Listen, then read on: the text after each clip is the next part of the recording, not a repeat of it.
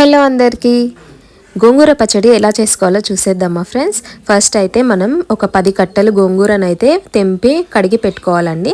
Next ఒక కడాయిలో oil పోసుకొని అందులో ఒక 20 నుంచి 25 వరకు ఎండుమిర్చి, 2 స్పూన్లు ధనియాలు, 2 స్పూన్లు జీరా కూడా వేసుకొని మంచిగా ఫ్రై చేసుకోవాలి. అది కలర్ చేంజ్ అయినాక మనం ఒక ప్లేట్లో తీసేసుకొని అదే కడాయిలో మనం ముందుగా కడిగి పెట్టుకున్న గోంగూరనైతే వేసేసుకొని మూత పెట్టేసుకోవాలి. గోంగూర చాలా తొందరగా ఉడికిపోతుందండి. ఇలా మూత పెట్టేసుకుంటే చాలా తొందరగా ఉడికిపోతుంది. సో ఇందులోనే మనం సాల్ట్ కూడా యాడ్ చేసేసుకోవాలి తగినంత. తర్వాత మనం ఫ్రై చేసి పెట్టుకున్న ఎండుమిర్చి అన్నీ మిక్సీ పట్టేసుకోవాలి. అందులోనే వెల్లుల్లి కూడా యాడ్ చేసుకోవాలి.